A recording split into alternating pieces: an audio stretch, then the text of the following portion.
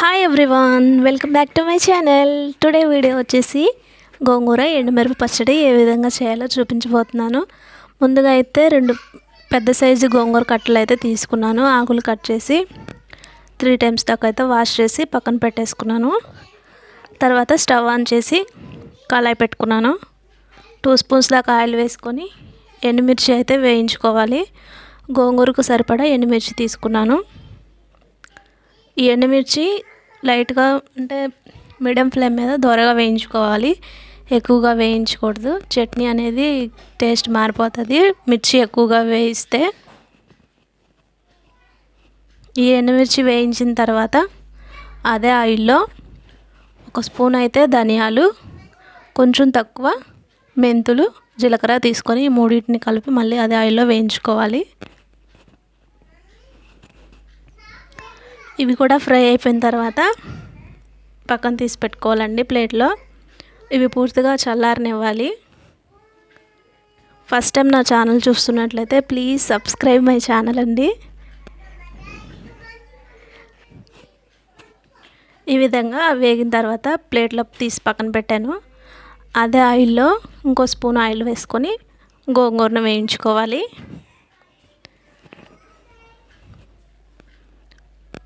గోంగూర చూడటానికి చాలా కనిపిస్తున్నా కానీ చట్నీ అయిపోయేసరికి చాలా స్మాల్ అమౌంట్ అవుతుందండి.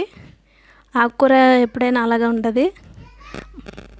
స్టార్టింగ్ టైంలో చాలా ఎక్కువ కనిపిస్తుంది, కంప్లీట్ అయ్యేసరికి స్మాల్ అమౌంట్ అవుతుంది. ఈ ఆకుని ఈ విధంగా గరిటెతో తిప్పుతూ ఫ్రై చేసుకోవాలి. గోంగూర త్వరగా మగ్గిపోతుంది ఈ విధంగా చేయటం వలన.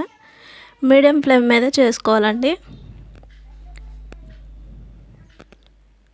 వీడియో నచ్చితే లైక్ చేయండి. మీరు ఒక లైక్ చేయటం వలన నాకు చాలా హెల్ప్ అవుతుంది. 10 మందికి షేర్ అవుతుంది అంటండి ఈ వీడియో.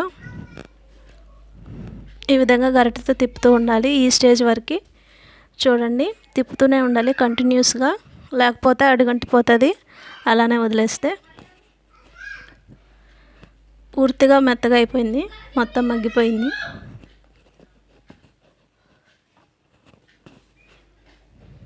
ఈ విధంగా గరిటెతో తిప్పుతూ ఉండాలి. తర్వాత స్టవ్ ఆఫ్ చేసుకోవాలండి. ఈ స్టేజ్ వరకు వచ్చినాక స్టవ్ ఆఫ్ చేసుకోవాలి. తర్వాత దీన్ని అయితే ఆరనివ్వాలి. ఇది పక్కన పెట్టేసుకొని ఎండుమిర్చి ఉన్నాయి కదండి, అవి దంచుకోవాలి. ఎండుమిర్చి, ధనియాలు, మెంతులు, జీలకర్ర, ఇంకా కొంచెం 1 స్పూన్ సాల్ట్ వేసుకోవాలి. ఎందుకంటే ఈ ఎండుమిర్చి దంచేటప్పుడు కింద పడుతూ ఉంటుందండి, అందుకని సాల్ట్ వేసి దంచుకోవాలి. చూడండి, ఈ విధంగా మొత్తం దంచేసుకోవాలి. ఈ విధంగా మెత్తగా అయిపోయాక వెల్లుల్లి రెబ్బలు అయితే వేసుకోవాలి. వెల్లుల్లి మస్ట్ అండ్ షుడ్ అండి, కచ్చా పచ్చగా దంచుకొని వేసుకోవాలి. వెల్లుల్లి దంచుకున్న తర్వాత గోంగూర ఉంది కదండి, అది కూడా వేసి దంచుకోవాలి. వెల్లుల్లి చట్నీకి చాలా టేస్టీగా ఉంటుందండి ఎప్పుడైనా సరే. వెల్లుల్లి మస్ట్ అండ్ షుడ్. ఈ విధంగా మొత్తం కలిపేసుకుంటున్నాను. చూడండి, దంచుకోవాలి. తర్వాత దీన్ని తాలింపు చేసుకోవాలండి. 2 స్పూన్స్ అయితే ఆయిల్ వేసుకుంటున్నాను. తాలింపు గింజలు, కరివేపాకు, ఎండుమిర్చి, ఈ 3 వేగిన తర్వాత చట్నీ వేసుకోవటమేనండి. ఆయిల్ మొత్తం కలిసే విధంగా తిప్పుకోవాలి. చట్నీ అయితే రెడీ అయిపోయింది. గోంగూర ఎండుమిర్చి చట్నీ సూపర్ ఉంటుందండి వేడివేడి అన్నంలోకి. తప్పకుండా ట్రై చేసి చూడండి. వీడియో నచ్చితే లైక్ చేయండి. మీరు ఎలా చేస్తారో కామెంట్ చేయండి. Thank you for watching my video అండి. గోంగూర చట్నీ అయితే రెడీ అయిపోయింది.